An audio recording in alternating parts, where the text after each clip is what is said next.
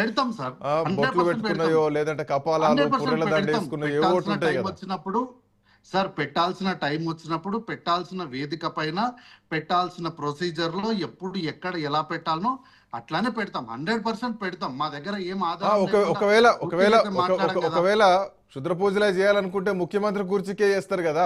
So కరువు కోసం, నీళ్ళ కోసం, వీటి కోసం చేయాల్సినటువంటి అవసరాలు ఉండే కదా.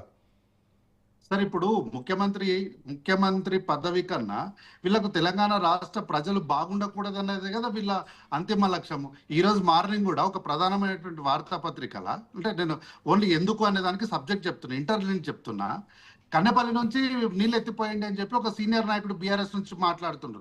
దాని కిందనే రాష్ట్రానికి ఎల్లో అలర్ట్ ఉంది, వర్షాలు విపరీతంగా పడతాయి అని చెప్పి వాడుతుంది. దాని కిందన గోదావరి ఉధృతంగా ప్రవహించడానికి అవకాశం ఉంది అంటే ఇంకా నీళ్ళు ఎత్తిపోయాలని చెప్పేసి ఈరోజు వాళ్ళు మాట్లాడుతున్నారు. అంటే నేను ఎందుకు ఇంటర్లింక్ చెప్తున్నా అంటే, వీళ్ళకు ముఖ్యమంత్రి పదవి, రాజకీయాలు వీటన్నిటికన్నా ముందు తెలంగాణ రాష్ట్ర ప్రజలు సంతోషంగా సుఖశాంతులతో ఉండకూడదు. కంటి నిండా పడుకోవద్దు, కడుపు నిండా తినొద్దు వీళ్ళకి. అదే వీళ్ళకి కావాల్సింది. సో ఈ యొక్క అనిశ్చితి ఏర్పడినప్పుడు ఇక ఆటోమేటిక్ ఇదంతా ఎక్కడ ఎఫెక్ట్ చూపిస్తుంది? ముఖ్యమంత్రి గారి పైన చూపిస్తుంది. సో వీళ్ళకి ఏంది అంటే మోర్ ఆర్ లెస్ రాజకీయాల్లో ఎక్కడో చోట అనిశ్చితి, అంటే తెలంగాణ ప్రజలు సంతోషంగా ఉండకూడదు, ఏదో ఒక కష్టంతో, ఏదో ఒక భావోద్వేగంతో, ఎక్కడో దాంతో ఎంగేజ్ అయి ఉండేలాగా చేయడమే వీళ్ళ యొక్క అంతిమ లక్ష్యం. కాబట్టి ఈరోజు ఎక్కడ కూడా మీరు చేయలేదు కదా, మీరు ఏం చేయలేదు కదా, చేయలేనప్పుడు నేరుగా చెప్పండి, లేదు నేను ఎక్కడ చేయలేదు చెప్పండి. ఒకటి కార్తిక్ గారు మీరు ఏం సందేశం ఇస్తున్నారు?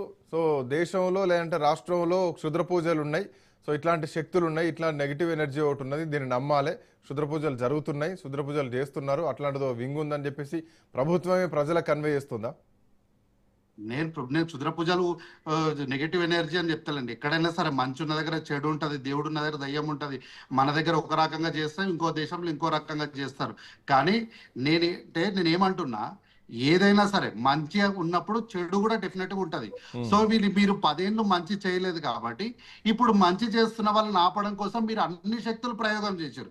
ఏ శక్తి రాలేదు. రైతులను అడ్డం పెట్టారు, విద్యార్థులను అడ్డం పెట్టారు, ఉద్యోగస్తులను అడ్డం పెట్టారు, మహిళల్ని రికార్డింగ్ డాన్స్ చేసుకోమని మహిళలను అడ్డం పెట్టారు, స్కూటీలను అది అడ్డం పెట్టారు, 6 గ్యారెంటీలు అన్నారు, 420 హామీలను అన్ని అడ్డం పెట్టారు. అన్ని విషయాల్లో కూడా తేలిపోయినారు. రైతులకు రుణమాఫీ జరగలేదన్నారు, రైతు భరోసా అన్నారు. అన్నిట్లో తేలిపోయిన తర్వాత మీ ఉద్దేశం ప్రకారం అన్ని సజావుగా ఉన్నాయి, 6 గ్యారెంటీలు విజయవంతంగా నడుస్తున్నాయి, మహిళలకు పెన్షన్లు ఇస్తున్నాం, వాళ్ళకు ఒప్పుకున్నటువంటి నెల పెన్షన్లు ఇస్తున్నాం, వాళ్ళకి ఇచ్చేటువంటి తులం బంగారం ఇస్తున్నాం, వాళ్ళకి ఇచ్చేటువంటి స్కూటీలు ఇస్తున్నాం, సో వాళ్ళకి ఇచ్చేటువంటి జాబ్ క్యాలెండర్లు ఇస్తున్నాం, వాళ్ళకి ఇచ్చేటువంటి నిరుద్యోగ భృతులు ఇస్తున్నాం, సో అవన్నీ ఇస్తున్నాం. కానీ ప్రతిపక్షం మా మీద బురద జల్లుతోంది అంటున్నారా? నేను 100% స్కేల్ పెట్టి గీత గీసి స్ట్రైట్ గా ఉన్నామని చెప్పి క్లెయిమ్ చేస్తలేను. బట్ ఉన్న కాడ ప్రజల దగ్గర వ్యతిరేకత లేదు, ప్రజలు కూడా సార్ ఒక్క నిమిషం, ప్రజలు కూడా యాక్సెప్ట్ చేస్తున్నారు. ఏంటి సరే, చేసే పరిపాలనలో might not be 100% correct, but they are okay for 70 to 75% చేస్తున్నారు, పని చేస్తున్నారు, చేయడానికి ప్రయత్నం చేస్తున్నారు. ఈ రాష్ట్రాన్ని గాడిలో పెట్టడానికి ఒక ప్రయత్నం జరుగుతున్నారు, ప్రజలు నమ్మిండ్రు.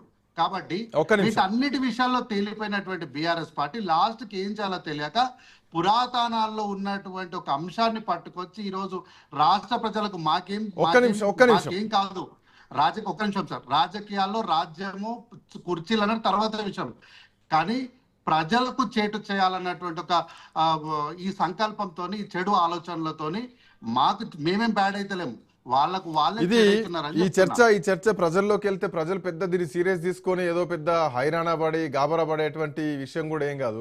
సో నవ్వి కొట్టిపడేస్తారు జనరల్గా అయితే, ఏదో చేతబడులు చేస్తున్నారంట, క్షుద్ర పూజలు చేస్తున్నారంట అని చెప్తే.